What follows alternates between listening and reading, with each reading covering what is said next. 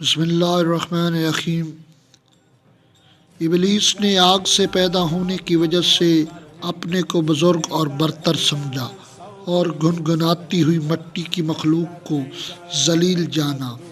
اللہ نے اسے مہلت دی تاکہ وہ پورے طور پر غضب کا مستحق ہو جائے اور ابن آدم کی آزمائش پائے تکمیل تک پہنچے اور وعدہ پورا ہو جائے۔ چنانچہ اللہ نے اس سے کہا کہ تجھے حق معین کے دن تک کی مہلت ہے۔